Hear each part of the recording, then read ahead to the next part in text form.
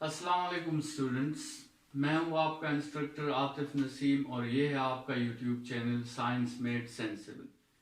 जो lecture series हमने start की है वो है बायनॉमियल थ्योरम के बारे में। बायनॉमियल थ्योरम में हमने कहा था कि ये एक इम्पॉर्टेंट टूल है किसी भी फार्मूला को एक्सपेंड करने के लिए जिसका पावर हमारे साथ एक कांस्टेंट पॉजिटिव इंटीजर हो या नेचुरल नंबर हो, तो हम इस बायनॉमियल थ्योरम के टूल से और इसके रूल्स से हम इसे एक्सपेंड कर सकते हैं। ठीक है, उसमें हमने कुछ रिपीटेटिव नेचर्स डिस्कस किए थे। एक तो हमने ए के पावर के बारे में कहा था कि ए का पावर आपके साथ डिक्रीज करता है, बी का पावर आपके साथ इंक्रीज करता है, और साथ में हमने कम्बिनेशंस पर बात की थी कि वो कम्बिनेशंस आपने फार्मूला के थ्रू और उसके अलावा कैलकुलेटर के थ्रू हमने उसे कैसे सॉल्व करना है। आज जो है हम एक शॉर्टकट पढ़ रहे हैं। उन कॉम्बिनेशंस को फाइंड करने के लिए हम एक शॉर्टकट जो है वो इस्तेमाल कर रहे हैं। That shortcut is called the pascal triangle. ठीक है, पास्कल ट्राइंगल का शॉर्टकट कुछ इस तरह है कि आपने यहाँ पे आपने लेट सपोज 1 लिखना है और फिर उस 1 के नीचे ट्राइंगल की शक्ल में आपने दोबारा 2 दफा 1 1 लिखना है। फिर आपने नेक्स्ट स्टेप में क्या करना है कि इस 1 प्लस 1 को आपने ऐड करके इसके दरमियान में आपने 2 लिख देना है और इस 2 के साथ आपने दोबारा ट्राइंगल की शक्ल में 1 और 1 लिखना है। फिर आप 1 प्लस 2 3, 2 प्लस 1 3 और आपने दोबारा ट्राइंगल की शक्ल में साथ में 1 1 लिखना है।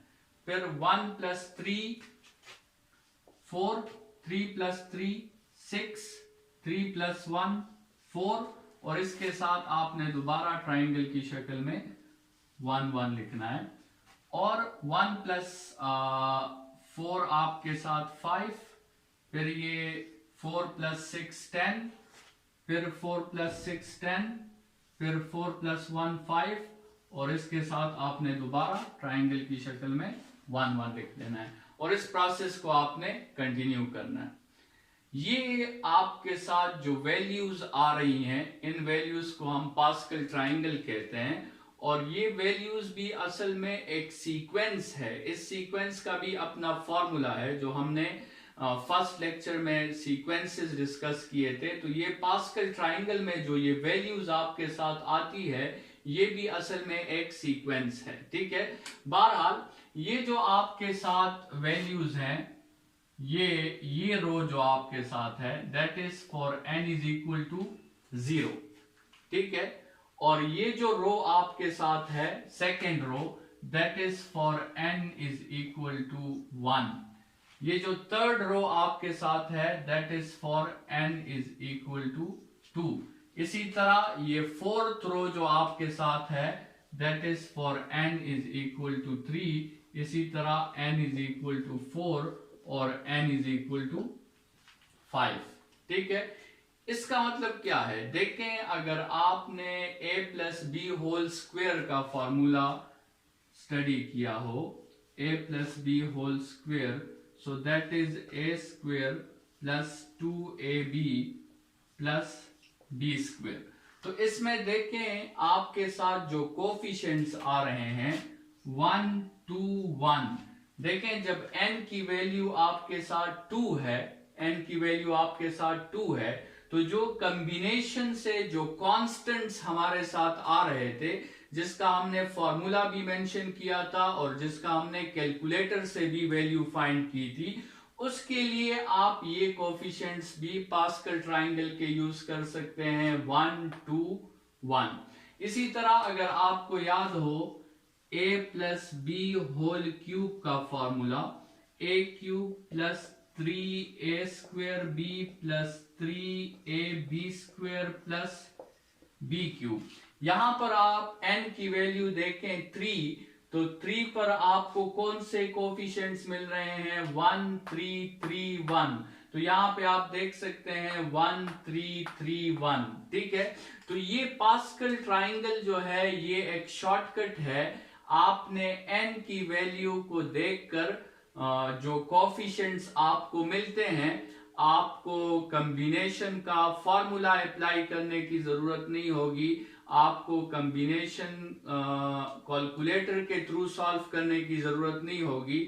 आप इस शॉर्टकट से, इस पास्कल ट्राइंगल के शॉर्टकट से आप अपने लिए वो कांस्टेंट्स जो हैं वो फाइंड कर सकते हैं, ठीक है।